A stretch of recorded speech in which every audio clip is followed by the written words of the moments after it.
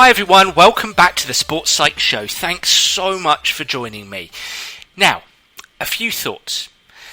Don't touch the trophy before we play the final. I must leave the changing room last. I must park in that spot. I must do keepy-uppies before I go and race. I must have the home changing room. Do you recognise some of these? These are, well, at least what I would call superstitions. And that's going to be a big topic that I'm going to speak about with today's guest, a gentleman called David White, who's written a fantastic book about superstition in sport. And we're going to try and get to the bottom of this strange phenomenon. So without further ado, David White, thanks so much for coming on the Sports Psych Show. It's great to have you on, mate. Thanks very much for the invitation, Dan. And it's interesting when I always talk to athletes about psychology. One of the things I always ask is, what percentage do you believe the role of psychology plays in any outcome? Yeah. And interestingly, they always say it's an extremely high percentage. Okay. But then when I ask them, well, what percentage of time do you actually allocate to looking and dealing with psychology and your approach to psychology? And it's always either low to zero. And it's an interesting dichotomy, and then especially when you come to look at something like superstitions, which is an exaggerated form of self-talk, really, and it focuses on the hits and ignores the misses. But our beliefs don't exist in a vacuum. There are always consequences for our beliefs. Superstitions are an exaggerated form of self-talk. So basically people are focusing on the hits and ignoring the misses. In fact, it's an actual logical fallacy. There's a name in Latin called post hoc ergo propter hoc, and what that basically means is afterwards, therefore, because of. So in other words, people go and play sport, and then after the event they look back and say, do you know what, I got a new pair of socks there. It must have been because of that, or they must have played some role. It must be the socks. Yeah, and they attribute it to that. Yeah. And then if it ended there, that would be fine. But then it doesn't end there. They must have those socks every time after that. If they don't have those pair of socks, it starts to affect their thinking before they participate in an event.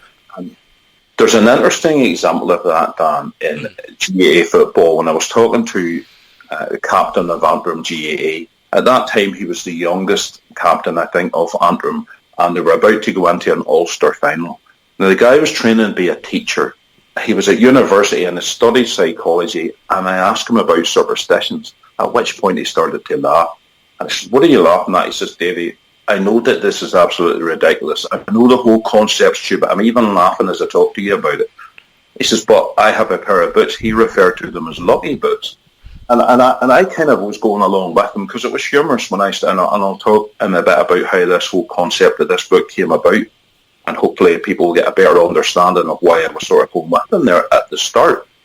Then I asked him, well, what percentage of your thinking would be, your focus would be attributed to not having those lucky boots? Now remember, this is the captain, the youngest captain of the county. Yep. He was, for me, the most important person on the pitch, for he also took the frees, which is the kicks.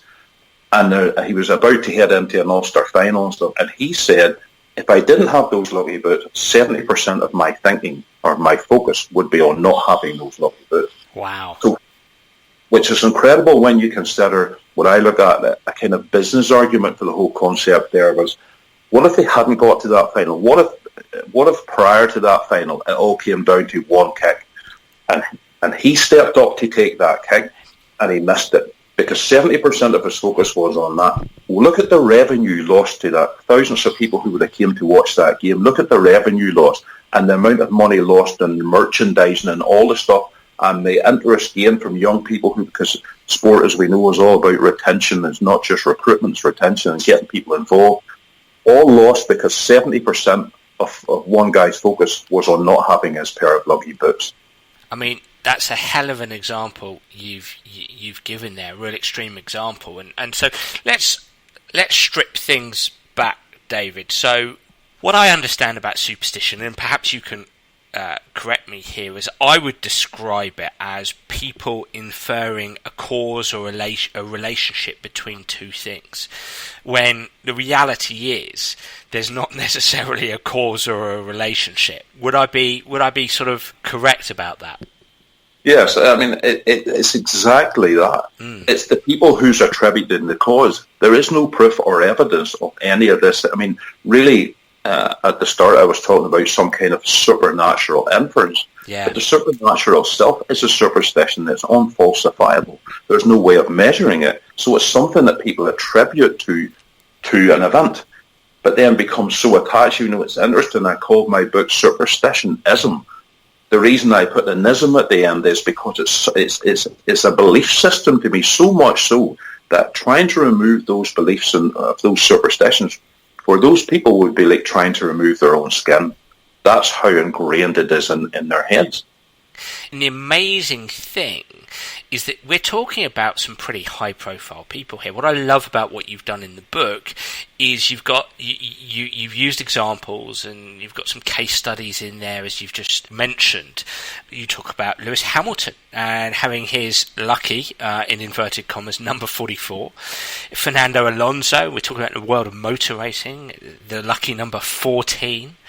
I actually took a clip. I looked at a clip on your Twitter feed from the Newcastle footballer, Antoine Sibierski, and he has what he describes as, again, lucky in inverted commas kit, and he says, well, I think I'd play rubbish if I don't have this kit on. I mean, we're talking about high-profile sports people here, aren't we? Yeah, well, one of the things I asked for the guy from the Gaelic football, I asked him, the captain of that county, and I asked him, how did you get to that level? How do you get, because that's the elite, how do you get to that level without your coach or manager or somebody actually asking you about that? You know, isn't it funny that we'll always focus on the tactical and the technical, and we'll put copious amounts of efforts into that to make sure every base is covered. Yep. And yet, the one thing that's always missed, like 70% of his focus on that. Another thing with Lewis Hamilton that he used to do with Alonso was to frustrate him. He knew he had a superstition of keep the uppies before going into the car. It got him alive and it got him alert and it got his focus going stuff. So Hamilton started to play mind games. What he did was he went and complained to his bosses and said, like, this is frustrating me and then it's distracting me. I can't be having these keep the uppies before a race. Yeah. To try and play mind games with Alonso because he couldn't cope with not getting into the car. And so it is incredible stuff. And at the very start of the book, I suppose on a more humorous context, just a joke when I was talking to Pat Nevin, who played for Everton in Scotland and stuff, and I said to Pat, have you seen Superstition? And Pat said, well, you know, when I was only young and I came over from Scotland to England, whatever team it was he arrived at first, he said, one of the most surreal experiences I ever had was watching a 6'2" white man and a 6'3" black man standing naked in a bath, punching lots out of each other because they both had the same superstition of getting into the same bath at exactly the same time, and nobody would get out. What? That's extraordinary. It reminds me, my story isn't quite as, graphic or quite as peculiar, but I worked with a non-league team in England one time, and we had a player who his superstition was he had to leave the changing room last going out to a match, and so he did that. But a big problem arose when halfway through the season, the manager brought in a new player who had exactly the same superstition. So there they were, midway through the season. First game this new player was about to play, and they were having a mini tussle as they were leaving the changing room as to who was going to go out last, because both had the same superstition. So it caused, I'm not going to say it caused havoc, but certainly the manager had to intervene and one of them had to relent. I can't remember which one. But it just shows, doesn't it? I think you recount a story of somebody who has something similar, and you put to that player, you know, if you spent as much time focusing on helping your team as you do on your superstition, do you think actually you'd be a much better team member or team player than you are now, because you're investing so much energy and so much focus on completing these series of superstitions that you have? Well, it's exactly that. Player's name was Gary Haber, he'd been across at Bolton, and obviously when I say across, for your listeners, it's not because I'm in Northern Ireland. Yep. And he'd been across at Bolton, and he had this superstition: he had to come out of the changing room last. And I was, when he was back in Irish League football at this time, I was talking to him and I was asking him, but what happens if they make you captain? And then he was thinking about it, and that very thing happened within a week or a week and a half. It worked out that way, that suddenly he had to come out first. And he had real problems with it. But in terms of what you were relating there, what I wasn't trying to do then was take away. I mean, I think sometimes when people have superstitions and things, people come along and feel they have to eradicate them or take something away from people. Sure. My aim was to try and replace it with something more productive, not just for him, but for the whole team. And it worked. I spoke to him recently there, and he says, bar one thing that he still holds on to, he's got rid of 99% of all the superstitions that he had. So he's freed himself of that baggage, and he says he's never felt as free.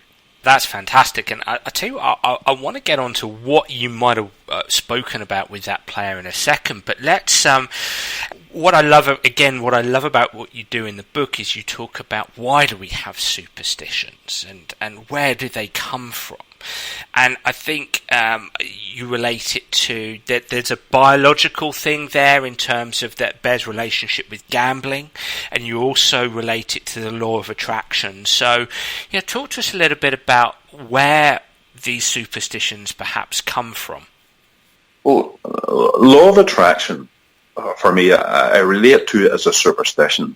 And I started to look at it, the whole concept, this thing about, if you think it, the universe will bring it to you. Yeah. And really the whole concept of this book was to try and get people to realise that the power that we have, the abilities that we have, come from within ourselves. And to stop looking outwards, just to stop looking externally for solutions to problems that we have, the solutions to which we have within ourselves. Somebody once put it in a wonderful term, phraseology to me, and they said, look for the doctor inside of yourself. And I thought that was a wonderful way of putting it. So we look outside of ourselves, and we look at, if we think about it, the universe will bring it to us. But if you look at that then from an alternative perspective, that also means that any time you're having bad thoughts or concentrating too much on something that isn't good, then what that does is it's bringing that to you as well. Now, none of those things are likely happening, but if you believe they are, then they are. And the reason I say that is because in my thinking, we live by two types of truth: the actual truth versus the awful truth. The actual truth is the clarity of our thinking and the clarity of what we know. It's the facts, for want of better words. It's what we can define. It's what we can measure. Yep. But sadly, then we tend to live more by the awful truth, which is the accuracy of our response. So a good example of that in terms of in a non-sports related example is somebody, if we smoke, and you can look, the actual truth is if you smoke, and this is not berating anybody who smoked, it's just a generic example that everybody will understand. Yeah. If you smoke, we already know scientifically that smoking is bad for us. It can affect their health, it can affect pregnancies, it can affect all kinds of things, and it doesn't get any worse than if you look at the packet and it says smoking can kill. In some cases, if you went down to ENT clinics, you could see people with all kinds of bronchial problems. So we know that that's the case. That's the actual truth. That's the truth according to the facts that can be measured. But if you speak to some people then who smoke, what they'll say is, but I know a guy up the road who smoked all his life and he lived to be 100. And that's the accuracy of his response is flawed in respect of the evidence provided. Yes, one person might get away with that, but what about the other thousands that's living with all kinds of... And it's exactly the same in sport. A good example of this too, in a way, was, and this is your field of golf, Colin Montgomery, okay, who in 2013 was inducted into the Golfing Hall of Fame. And Colin referred to a superstition that I call luck, because I believe that luck is a superstition. I do believe in fortune, but it's a different thing entirely. And Colin in this example I'm going to give you, was using the word fortune, but I believe he was conflating that with an idea of luck. Okay. Now, what Colin said was he had one of the most successful careers of any golfer, but had never won a major. And it's something he always got irked about when the press used to talk to him about it all the time. I'm going to read just a sentence or two he said here about the whole concept of fortune. This was his. He says, "It's been some journey." Now remember, this is the guy who's done everything in golf except win a major. He says, "It's been some journey, and I've enjoyed every minute of it. I'm very, very fortunate to reach 600 tournaments, European tournaments." He said, "That means I played 30 tournaments for 20 years straight." He says, "I'm very fortunate to say it was always just that piece of fortune that goes a winner's way." He says, but I just never had that in majors. He says, "I can say for the next 20 major winners, they're all going to have a little bit of fortune, whatever hole it is. They all add up. There's that bit of fortune that turns things around, whether it's for you or unfortunately against your opponent. There's a bit of fortune and you need it. You need that," he says, "but I don't think I got that in majors. I got it in European tournaments, fine, but I've been very, very fortunate in my career. I just never got it in majors." So when I looked at that there, actually, the awful truth is he keeps talking about fortune and lack of fortune and stuff. He actually mentions it just in those couple of sentences 7 times, 8 times if you put the word unfortunate in.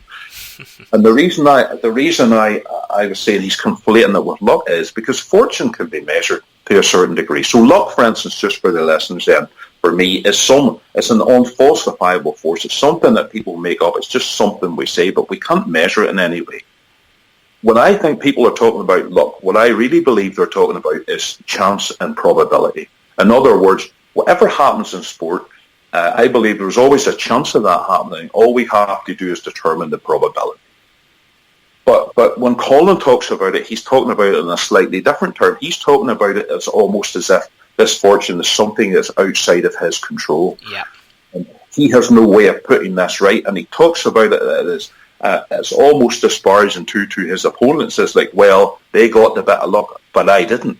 So over all that career, I didn't once hear him question, well, did I actually have the ball to win a major? Is there some kind of mental blockage to me winning a major? If I brought Dan Abrahams in to work with me, would he come in and say, well, there's nothing I can do for you because it's just luck? And so I come at sport from that perspective, always thinking there is something that can be done, but it starts by actually recognising what the issue is to begin. Yeah, absolutely. I think it's a really good example, and I think it's obviously Colin isn't here to defend himself, but I think that for everybody listening in, have a good understanding of golf, especially through the 90s. And Colin was somebody who won, I think it was something like 7 Order of Merits in a row. Just an incredible golfer, just a phenomenal golfer. And as your story there recounted, just didn't push on to win a major. And I just wonder if sometimes what's happening there, David, is, Colin Montgomerie is a 50-something-year-old man who has had a wonderful, blessed life to be able to do a job that he loved. And for the next 30, 40 years, he was a real competitor, and he didn't win that major or a collection of majors. I just wonder if sometimes these people create a narrative just to be able to ease the anxiety, because they're so competitive. For him to recount his career, recall his career, and say, and be brutally honest with himself, which is what you're suggesting, which is, look, this wasn't luck. This was poor thinking under pressure. This was not sticking to my routine. This was not giving myself the best opportunity to execute the right swings in the given moment. And instead, he's creating a narrative around, I just didn't have the good fortune, which I'm in agreement with you, David. I just can't see how that's palpably true. It's a little bit saying, well, the opposite of that is, well, Tiger Woods has only won 14 majors because, he's been lucky every time. Jack Nicklaus has only won 18 majors because he was lucky. every time. I'm just not too sure that intellectually stacks up to me. I wonder if the narrative there from Colin now comes from a place of he has to ease his own internal anxiety to be able to look back and go, well, I gave it my best shot, but I was just unlucky. I can live with that for the rest of my life. So I think there's that thing there, but I completely agree with you.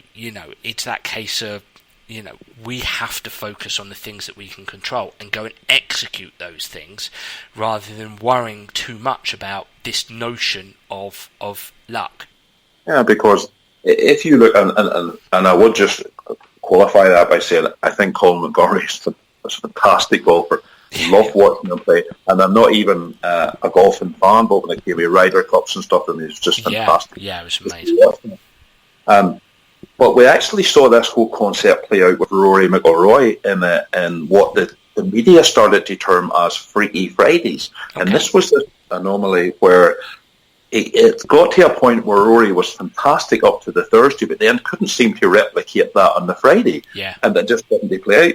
And I was looking to see how whoever he was working with from a psychological factor, how that would play out. But he actually overcame it. He came out and he said, well, what I was told, my psychologist said, start to think about Fridays like it's a Thursday. Just do everything you do on a Thursday on a Friday, because he must have been altering something or thinking differently.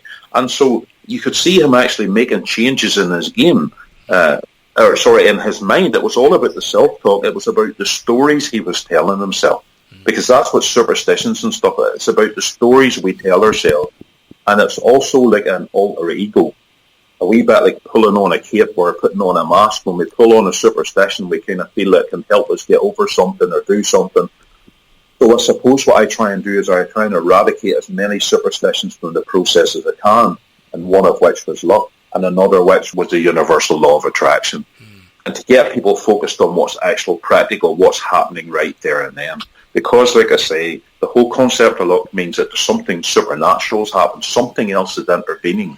I remember Dame Mary Peters talking about in Munich when she won her gold medal at the Olympic Games, and she was saying just the whole planet seemed to align for me that day and so on, and I got lucky and stuff, and it just worked. And I'm thinking, I wonder what her opponent felt at that time and stuff. But it's in one hand we tend to say those things, and I fully understand that. It's when we start to add a bit more to it and start to believe it, and then modify and adapt our behaviours according to that. Because if you look at like I said, that luck being just chance and probability, it means it can be measured, which means if it can be measured, we can do something about it. What it also means is if you're attributing it to something outside yourself, and then you win, and you say, I was lucky because I won, then you're not giving yourself credit for what you're doing. Yeah. But if you lost and you say, I am unlucky because I lost, then you're not looking at what went wrong practically in order to find a solution to put it right. Yeah, absolutely. So, stripping this back, what I hear you say is, I wear my yellow socks for the first time and I go out and I execute this wonderful performance. Let's say I'm a footballer and I'm wearing yellow socks, and I go out, I produce a wonderful performance, and I attribute that to the lucky socks. For some inexplicable reason, I think, well, I wore those. It's the narrative becomes, I wore those, I've really got to wear those again. If I wear them again, that might happen. I might have another great game. And perhaps you go and replicate that. And so that's massaging your belief system, essentially. That's attracting you to the notion of, I wear my lucky socks, that equals great performance. And that belief system grows, and you attach emotion to it, and subsequently you have this habit or set of habits related to the lucky socks and everything that goes on around that. And that becomes very maladaptive because you've got to constantly wear those socks. You've got to, no matter if you change teams and they have a different coloured socks or whatever it might be. And that's extremely maladaptive. And that's really, there's not an obvious intellectual relationship between the socks and the performance. And subsequently, so something external of us, external from us, takes control, rather than us taking control of the things that are more likely to influence our performance. The marginal gains, if you like, that whether it's a routine, whether it's something to do with diet, fitness and nutrition, talking to our teammates, talking to our coach, having a few coaching points. That's essentially how you're saying that superstition lays itself out and how it becomes maladaptive. Yeah, because those are practical matters, and they can be measured and they can be fixed or enhanced upon, because it's not always a bad thing, it can also be a good thing. Interesting, when I was talking to Wayne McCulloch, the former world champion boxer, Wayne was talking about how people wore those socks, and Wayne didn't have superstitions, but he was saying that he obviously was around camps and stuff with lots of people who did, and he'd say to boxers, because the interesting point there is they wear those when they win, but then when they lose, they still go on wearing them. And they say, why don't you throw those away now? He says, some of those socks they never washed them. They were like boards, he says. Why haven't you flung those things away now? But they still find some way of holding on to that superstition, or holding on to that thing which is ingrained in their brain now. They can't discard it. And a lot of sports performance is about detachment. Whereas people are primarily focused on attachment. And this is trying to get that balance. There's a time to be attached to things, but there's also a time to let go. Well, just to interject, sorry, because I'd love you to recount for the audience the Dean Saunders and Shola Amayobi story. At that time, Dean was coaching, and Shola was known as the Macam Slayer at that time, obviously playing for Newcastle and the Macam Slayer, because he always scored against Sunderland, their biggest opponents and derby rivals, and he was working with him, and Shola went out and scored a goal one day, or 2 goals or something, and won the match. And straight after it, Shola was given a press conference, and they said, well, what do you attribute it to? And Shola said, well, I attribute that to God. God helped me to score those 2 goals, he said there, and that's what won that game today. Now, when he came back in the next morning's training, Dean headed straight for him, and Dean was telling this on Soccer Sunday or something to Chris Kamara and Ben and stuff, and what he was saying was, he says, as soon as he came into training, I was straight over to him, and I said, Shola, do me a favour, can you just recount that story again of what happened in that game? He says, yeah, I just told him how God helped me win that game, and it was down to God, and I attributed it to God, and so on. And Dean says, that's great. He says, but what about my role in that? He says, it was me that helped you with all the coaching. It was me that helped you with the tactics. It was me. What about my role in that? He says, and not only that, where was God last week when you missed a bag full? He says, but rather than say, well, looking at that practical side, then Shola came back and said, well, God was working with the goalkeeper that week. And so focused was he in this concept that he couldn't get over the point that Dean was taking it kind of personally. So you could see just the whole concept there, where people become focused on an idea of something that's unfalsifiable, irrespective of the fact that they believe it. And that's the key bit, irrespective of whether they believe it. So the actual truth is that Dean helped him to win that match. Dean worked with his coach, and Dean did. But the awful truth is, and this is the accurate response to it, irrespective of all that fact, he said it was God. Interesting, because obviously religion plays a part in superstition. And in fact, I would say a lot of superstitions are religion-based. With that in mind, where does that come from? How's that connected? And we certainly don't want to offend anybody on the Sports Psych show, but I know that you talk a little bit about this in the book. When you've spoken to players, does religion usually come into the superstitions that they have? I think a lot of it comes from this need to feel secure and safe when we go out to compete. One interesting conversation was with Sammy Clingan, footballer in Northern Ireland International. He was saying, when I go out, I always think about somebody maybe who died in my family or something, recently, that they're up there watching over me. And they like to feel that there's somebody there or something there helping to guide them and to steer them. And that's in a theoretical sense and in a personal and emotional sense. But in a practical sense then, alternatively, Wayne McCulloch, the boxer, actually, when he was talking to me, is a very devout Christian. Yep. And he was saying, when I go in there and I go in there and God's with me when I do that, and God helps me to win those fights. And I said, that's very interesting. But what happens if the guy you're standing facing is a Christian too? And he's thinking about it. He says, whose side does God take then? That's quite the dilemma. I says, if he doesn't help one, is the other one going to, and so on and so forth. So there's a whole concept around, really it's just another way of adding something to make us feel safer when we go out onto a park, to give us more confidence going out there. But again, and this is really where I'm coming from, I would much prefer people stop looking externally and started looking at what they're actually doing themselves. Because we rarely give ourselves enough credit for the stuff that we do. But isn't it funny when something goes wrong, how quick we are to blame ourselves? So I'm just trying to find this balance where people stop attributing stuff to external entities and sources and emblems and symbols and stuff and start attributing more credit to themselves. Or if something's not going right, fix it themselves. Because when you run out on a pitch or walk into a boxing ring or out onto a golf course, it's just you. I think a great story around that was it George Foreman that was telling, was saying when we walked into the ring, like Joe Fraser, and he said Joe Fraser was an absolute animal of a boxer, a very scary man, he says.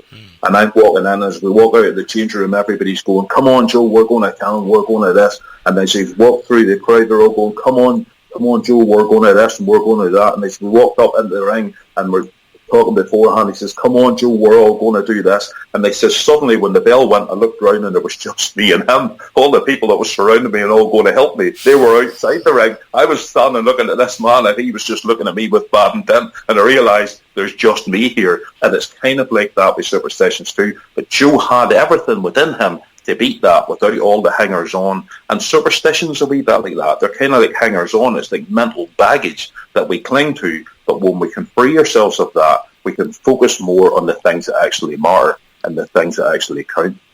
So when you when you work with a player who has a superstition or a set of superstitions,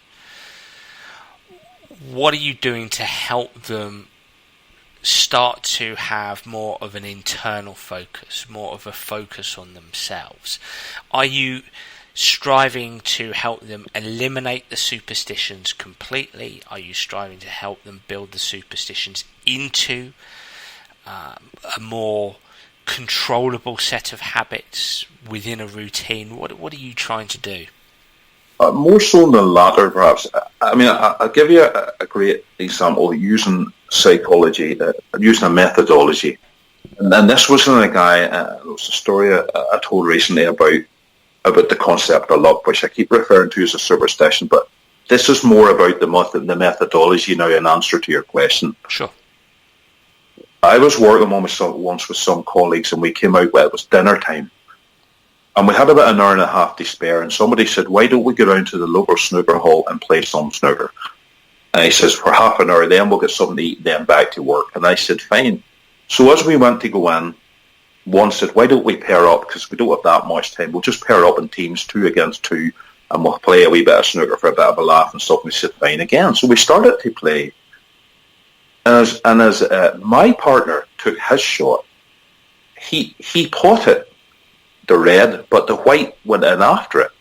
Now, the other team went, you, and kind of laughed and had a wee bit of laugh, and I smiled too. He was thinking too much about it. But the guy went absolutely lost the plot. He was really angry, and he just prevented himself and no more from smashing his cue on the table, and he started to curse and swear and turn the air blue, and he said, I effing hate when that happens, he says, that always effing happens to me, I never get any luck. Now, I must admit that was a side to him I hadn't seen before, but using the methodology, and I'm talking here about using in psychology the 4 stages of competence model by Noel Birch.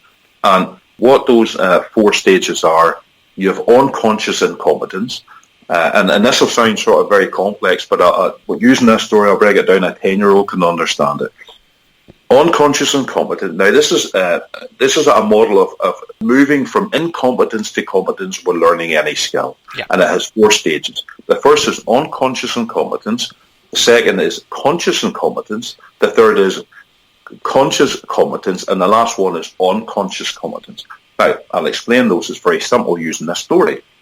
When that lad potted that, the white ball followed through and into that table and he lost the plot, he was at that stage, by his own mission, at the unconscious incompetence stage. Because he said that his own words were, that always effing happens to me. So by his own words, this was something happens a lot. So he lost the plot, he was incompetent at that skill, and he was unconscious as to why that was happening. So he was unconsciously incompetent. What I did then was, it was kind of like the elephant in the room. Everybody felt a bit awkward. So we let the other people, as soon as they took their shot, I kind of sidled over to him and I said, look, that used to happen to me, but what somebody said to me was, hit the ball a bit lower down. Because you're hitting the ball so at the top, when it hits the red ball, the momentum's taken into the pocket. So hit the white ball a wee bit lower down. Didn't go into any technical side, number 1, because I don't know any, and number 2, because that's what the other guy said to me, but it works. So he hit the ball lower down next time. So even just at me telling him that, all of a sudden I moved him to conscious incompetence. He still hadn't had a chance to practice his skill, but now he was becoming consciously aware that there was a solution to it. So then when it came to take his shot next time, he hit the ball lower down, he potted a red, and the white ball didn't follow through. So he was running around the table, almost like with a cue up, he thought he just won the World Cup or something. But you could see that it really mattered to him. Now, at that stage, he had moved to consciously competent. He was conscious of a solution, and he had now potted a ball without the white falling through. Now, how do I know? How can I regulate that? Because the next time he did it, he forgot, and he hit the ball at the top, and the white went in. But instead of getting angry this time, what he actually did was, even as he hit the ball, he was standing up, smiling to himself, saying, oh, I should have had it lower down. That showed, that perhaps him self-regulating, the self-talk, that shows that he now was competent of what he was doing and he knew why. And the last stage had way more time because obviously we were only there for half an hour. But the last stage was unconscious competence, or what we would call second nature. So obviously if we come back every week after week for a year, it would move to second nature. So Ronnie O'Sullivan, for instance, isn't arriving at a table worried is he going to pot the white afterwards. He's 5, 6, 7 shots ahead in his head because he can see what's happening. So if we just walk through that process again, first of all, he was angry, he potted it, he got up, he said, this always happens to me, I never get any luck. That was what he attributed it to. He was unconsciously competent. Then I went over, unconsciously incompetent. Then I moved over to him and said, hey, hit the ball a wee bit lower down. Suddenly he was still incompetent, for he hadn't practiced, but at least now he was conscious of why it was. Then he quickly moved to actually taking the shots, doing the right things, which meant he became competent, and he was conscious of why. And the last one was, if we had practiced that for a year, we were up there playing, he would have moved it, but it became second nature. And I suppose my question then is, at the end of that process, what happened to luck? Because that's what I asked him. What happened to luck? And he thought for a moment and he said, luck never played any factor at all. Luck, like Elvis, had left the building and it wasn't coming back. And this is when I come to work with people, using story, using things, using methodologies that work, that they can see, that I call it experiential learning, things that they can work through themselves that actually work but make sense to them. Because what I'm doing is I'm altering the narrative of their story, but they're kind of doing it themselves. So I call it leading from the back. It looks like they're doing it, but really I'm just there guiding and steering the process. But at the end of that process, that guy was going, do you know what? Luck never played any part at all. It was actually down to me. And then if I hope then he takes that into other aspects of his life. Because if he takes that, could you imagine that guy leaving there? If he says, it's never get any luck, that guy goes and applies for some jobs and maybe then doesn't get the jobs. What does he put it down to? Instead of saying maybe my interviewing skills aren't so great and finding out why it was, he just stops applying for more jobs and says, I never get any luck. Or the guy goes into sport and maybe goes to fight or something like that and then loses the first couple of fights. Oh, I never get any luck. I knew I wouldn't win that fight beforehand. So you're trying to change the whole perceptions and change the narratives of their stories so that the remove all the superstitions and stuff from the process and start looking at the practicalities of how to put things right.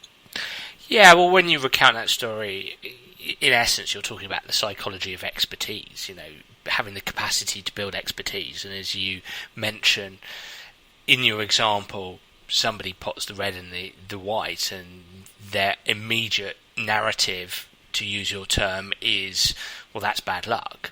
Whereas somebody who's engaged in expertise, somebody who, sometimes in psychology we use this term, a growth mindset, or maybe somebody from a personality perspective is high conscientious or has high openness to experience, would look elsewhere with their narrative. They'd say, well, actually, how do I improve that?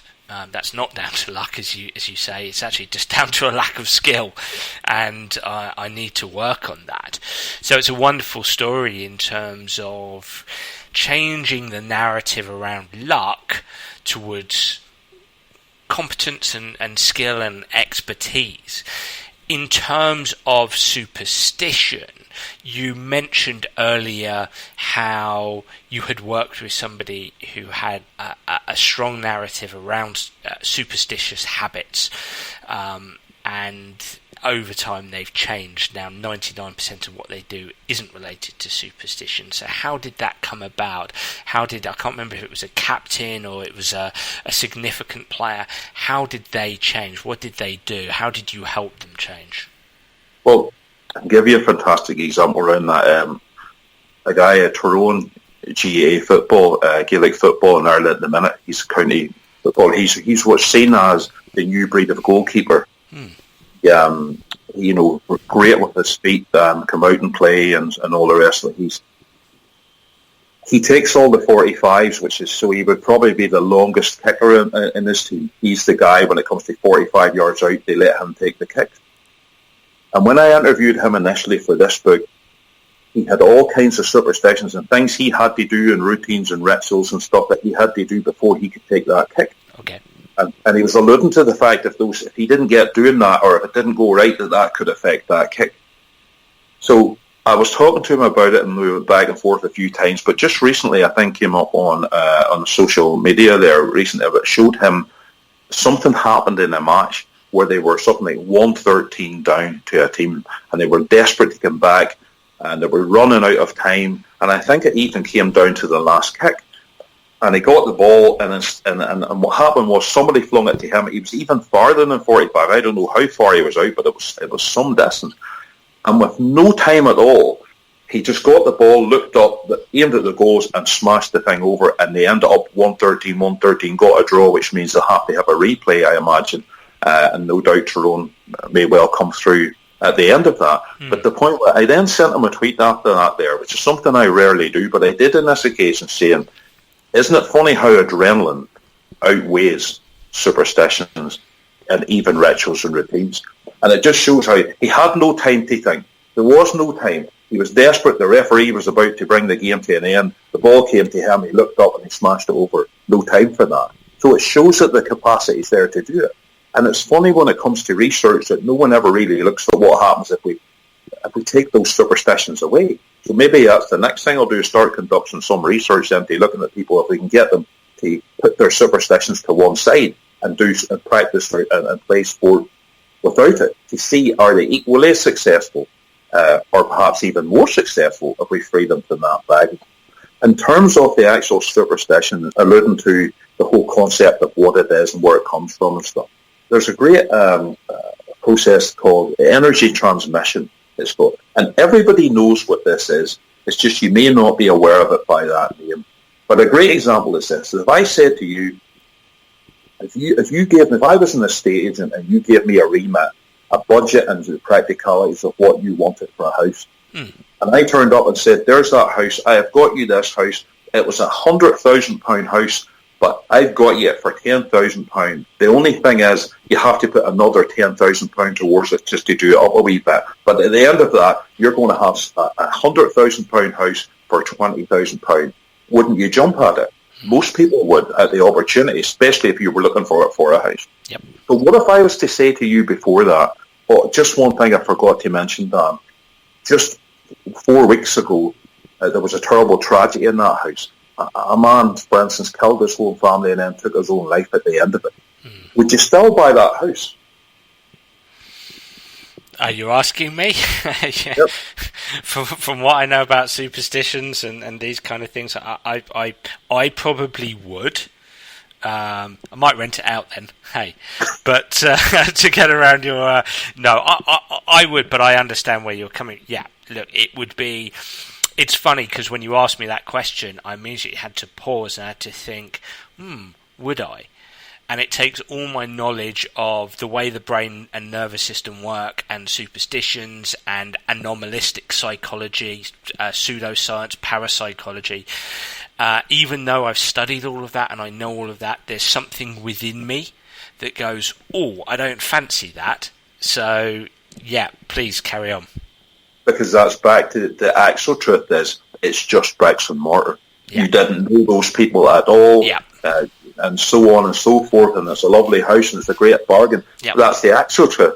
But the accuracy of most people's response is they attribute something supernatural, something beyond, something else to it. Oh, I've got a bad day. They start to talk about vibes and other superstitions. Oh, because vibes is actually a natural thing, can be measured. But they start to think, oh, if I buy this house, maybe they're still in there and all this stuff. And you can start to see how people start to attribute things that don't exist to things that do exist. And then that becomes their norm, which is, like I said then, as far as the superstitionism, it becomes an ism that they can't remove. It would be like removing their own skin because they've attached so much emotion to this thing that they can't get past it. But then I go back to the situation with Niall Morgan, the keeper there. He had no time for emotion. He had seconds to get a draw. He looked up, he smashed it over, and the adrenaline took over, and he didn't need any of that stuff at all. And it just makes me think. It makes me curious about how our nervous system is set up. We are such emotional creatures, and whether our nervous system, and when I say nervous system, I include the brain, whether our nervous system is such that it entices us into superstitions. It's always how we're biologically wired, because as you're saying there, we're emotional creatures. Emotion is strong, and we attach emotion to objects.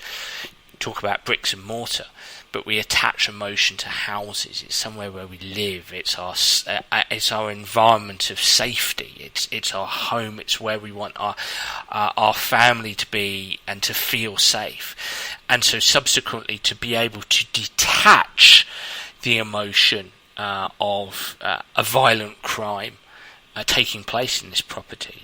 It's tough to do, isn't it, David? It's not something that comes naturally easily. You've got to work quite hard mentally, intellectually, cerebrally to overcome that. And I guess that's why lots of people find it so hard to overcome these superstitions. Yeah. Pareidolia is another example. Again, another word that sounds that most people don't know, but everybody knows what it is. It's attaching faces to things. Seeing faces in the clouds, and when people come in, I saw Granny's face in the clouds, and I saw Jesus' face in the clouds, and stuff like that. When we start to attach faces, and isn't it funny? No one ever comes in the house and says, "Oh, I saw a face in the clouds." Well, what did you see? It was a cockroach's face. It's always something nice, and it's always something that's comforting, because I always say that superstitions is a comforter. It's like the teddy you had as a kid. And the example I use is, when you were a kid, you had a teddy, and then as you got older, your parents maybe tried to take that teddy away. It maybe even had the entrails hanging out of it. I mean, the thing was just done. But it was almost impossible to get that teddy away from that child, because it had grown accustomed. It was almost like part of the child now. And it's the same thing with us. And it's also part of the fight and flight process, where we see that's where the faces, that's where the pareidolia and the faces come from as well, where, was that a lion in the bushes or was it not? Do I stand and fight? Do I take to my heels and flight, and so on and so forth? So these things are almost innate within us. They have been for a long time, and it takes a lot of work to try and get people to think beyond this kind of thinking, because everything in society almost takes us back. We're very parochial. when it comes to an awful lot of that type of stuff. And I suppose what I'm trying to do is change the whole culture by getting to think wider. But it's not easy. Yeah, and the whole seeing the faces, as you've alluded to, there's a actually perfectly plausible evolutionary reason, isn't there, David? As you've mentioned there, which is, we evolved to be able to see faces out of indistinct objects. Actually helped us survive, because as you said, we would see the face of the saber-toothed tiger or the face of the enemy, the opposing tribes, and so our perceptual system has probably evolved to be able to see faces when there's not a face there as such. So it's interesting. I really enjoyed reading your book, and it's so much of it is in line with the work I do, and I think the sentence I picked up I've written lots of notes from the book, and I picked up lots of great things, but the sentence that I'm about to say here, I think, is just so important and so true. And it's really a question. It's, are we in control of our psychology, or is psychology controlling us? Are we in control of our psychology, or is psychology controlling us? And there's a certain degree of complexity to that answer. That could be a whole other podcast. But certainly from a sporting perspective, in our acute performance moments, before a game, during a game, in my opinion as a sports psychologist, we do need to be able to take as much control as possible. We need to focus on the things that we can control. We need to execute things under our control. We need to act upon things under our control. And so, and we need to be able to relate those things that we can control to performance outcomes. And ultimately, that's what to sum up the book, that's really what you're saying, isn't it? In my opinion, is take control of what you can control and go out and actually take control there. Act on and enact on those things. Yeah, because the guy who just picked up the ball and kicked it over the goals, he was acting on instinct and talent and ability. So we never want to lose sight of that and become so mechanical that they lose sight of their talent and their instinct, and also the enjoyment, because it's easy to forget sometimes why people actually play sport in the first place. It should be something that we enjoy. Now, enjoyment doesn't always mean that it's fun, but there still should be an element of enjoyment. It was interesting that a Harvard social psychologist called Daniel Gilbert did some research that concluded that people spend 46.9% of their waking hours thinking about something other than what they're doing. Again, it could be a whole different sort of context than what we're looking at, but I suppose if I take that a bit further, then when you come to work with an athlete and you have to get them focused on what they're doing, because in his example there, 46.9% of the time they're focused on something other than what they're doing. And that guy who took the kick, who said 70% of his focus was on that pair of lucky boots, was focused on everything but, what if I didn't have those lucky boots? What about if he didn't have them? His 70% of his thinking would be somewhat other than what he's actually doing.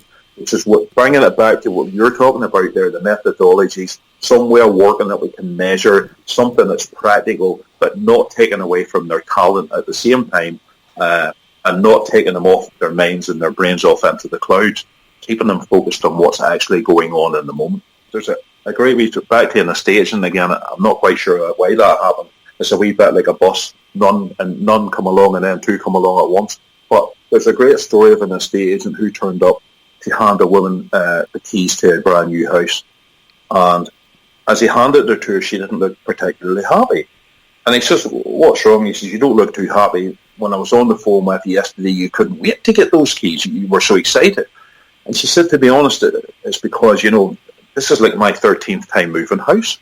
And the guy was a wee bit taken aback. He says, "What, 13 times?" He says, "What was the problem before? Was it the locations?" And she said, "No, the locations were absolutely perfect. I couldn't have asked for a better location." He says, "Well, what was it? Was it the neighbours?" He said, "No, the neighbours were wonderful. I had some of the most wonderful neighbours you could ever wish to have." He said, "Well, if it wasn't the locations and it wasn't the neighbours, what was the problem?" He said, "The neighbours were wonderful, the locations were great. The problem is, no matter where I go, I keep turning up," she said. And that was the problem. Well, all the issues that she had was in her head. It wasn't all the external stuff, it was her. If she starts, and that's back to that fix it. And look for the doctor inside yourself. If we start to fix that yourself and put that stuff right, then the solutions come from us and stem from us without all the external entities playing a part. And the reason why that's so important is because when they play a part and they're positive, that's great. But what happens when they're not positive and it starts to eat into your performance? Then it's not so great. Focus on yourself and don't get too distracted by the externals. And talking about focusing, how can people focus on your work? How can people find out more about your book and keep up to date with what you're doing and get in contact if you'd like them to? Well, they can go to superstitionism.com. We'll take them to my website, and also Superstition at Twitter as well. I was social media dinosaur there for a while because I was always so busy I never really needed it. But I have a book now and stuff, and I have to embrace it and come into the 21st century. So this is me on a journey of my own now, overcoming my fear, if you like, of social media. But to start and embrace it and engage with people, because I just want to create thinking environments where people start to think beyond the norm. And so I would be, anyone wants to drop any information to me or contact me through that, they absolutely can. And that's your handle is at Superstitionism on Twitter. At Superstitionism on Twitter. Yep, and superstitionism.com is my site. And the book is on Amazon. Superstitionism, The Psychology of Sport, is on Amazon and hardback and Kindle. So I would just like to thank you very much for this opportunity to come and have a conversation, and good luck on the work you do. No, well, thank you very much, David. It's been an honour, a pleasure, and a delight. And just to everybody out there, I can reinforce the notion that this book is absolutely fantastic. I've really enjoyed reading it and taking notes, and it does align so much with some of my philosophies.